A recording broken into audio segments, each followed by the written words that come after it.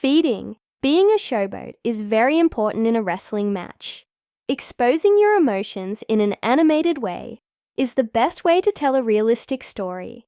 But there is a science to it, and part of it lies in the art of something called feeding.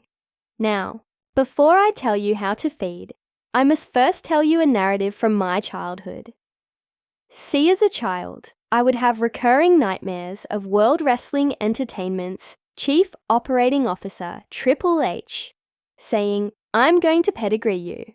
The pedigree being the name of his patented finishing move, a double underhook facebuster.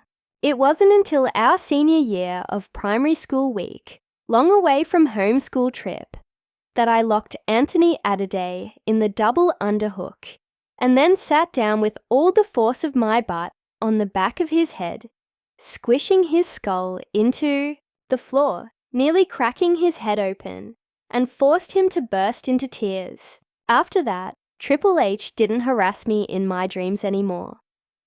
Anyways, I first discovered feeding from watching Triple H's smaller but more naturally athletic and charismatic buddy, Shawn Michaels. Soon after I was developing an understanding of it, British wrestling icon Alex Shane came to my wrestling school and said that feeding is the first thing that trainees are being taught when they step foot in the WWE Academy, Ohio Valley Wrestling. So what is feeding?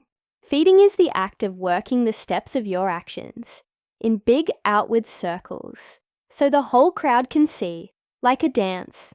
Furthermore, my old mentor Barry Sherrilembus would even have us feed to the count of 8 beats per maneuver. What direction do I feed out to?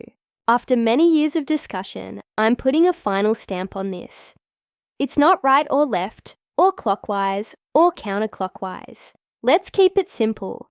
Basically, just feed out in the direction that requires you taking the most steps and making the biggest circle before your next move.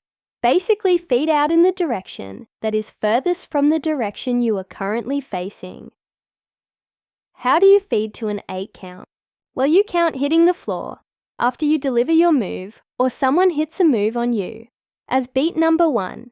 By beat number 4, you or they should be swiveling on your elbow and on your knees, about to make the big turn inwards of the circular motion. By the beat of 8, you and your opponent should both be back upright and ready for your next interaction. What else do we need to know about feeding? After feeding back to your feet, or after performing a big move, it is imperative that you flick your head back, like you have long hair that you're trying to get out of your face. If you do not flick your head, then the whole experiment is pointless, because it is the head flick that shows your facial expression to the spectator and makes you a showboat. If you're an expert, you can even say something cool or perform a little trademark action at this point.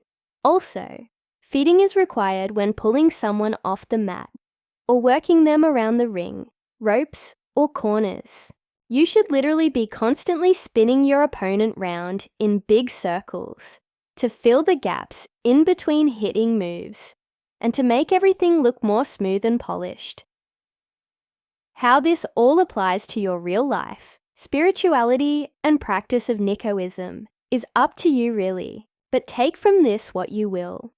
The fact that the Buddhist yin-yang symbol is a circle and the Tao or yin-yang has 8 different symbols around the circle, symbolizing different states of meditation, qigong, and spiritual awareness.